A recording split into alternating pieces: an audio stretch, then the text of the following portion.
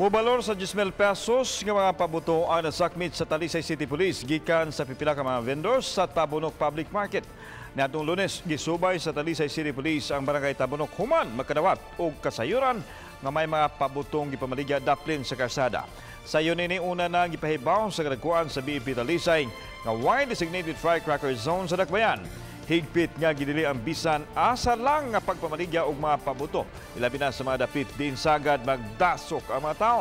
Ang nasakmit nga mga pabuto gida nangadto sa Cebu Police Provincial Office aron bason og di na kapahimuslan pa. Actually medyo marami-rami sila pero nung nagka-raid na dito sa yung mga sa dulo, nagtakbuhan na rin. Mga nasakmit nga mga pabuto sa kapulisan sa Dakbayan sa Mandawi gikatakda nga pangbubuan og tubig ug mga adlaw. Nasakmit sa kapulisan gikan sa nakalain-laing mga police stations ang maong mga pabuto samtang nagsingabot pa ang bag-ong tuig. Hinuon minus ra ang mga nasakmit nga mga firecrackers ug pyrotechnics nga gibarabanang bukantidad og 2,000 pesos.